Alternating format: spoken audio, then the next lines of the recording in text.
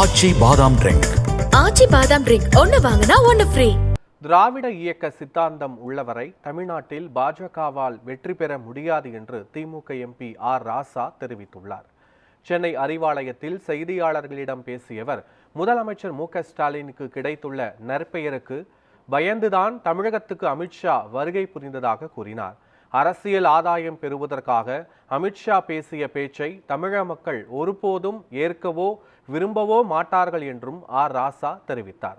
பாஜகவிற்கு மாற்று சித்தாந்தம் திமுகவிடம் இருப்பதால் தான் மற்ற மாநிலங்களில் வெற்றி பெறும் பாஜகவால் தமிழகத்தில் எளிதாக வெற்றி பெற முடிவது இல்லை என்று கூறிய ஆர் ராசா, திராவிட இயக்க சித்தாந்தம் உள்ளவரை தமிழகத்தில் பாஜகவால் வெற்றி பெற முடியாது என்றும் தெரிவித்தார்.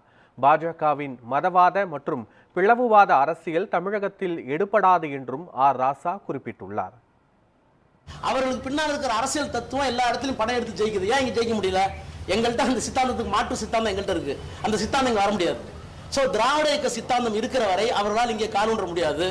ஆகவே நாங்கள் டெல்லி அல்ல, நாங்கள் மகாராஷ்டிரா அல்ல, நாங்கள் ஹரியானா அல்ல, நாங்கள் தமிழ்நாடு, நாங்கள் திராவிடம் இங்க வர முடியாது. எத்தனை முறை மோடி வந்தாரோ அவ்வளவு வாக்கு வித்தியாசம் அதிகமானது நீலகிரி தொகுதியில்.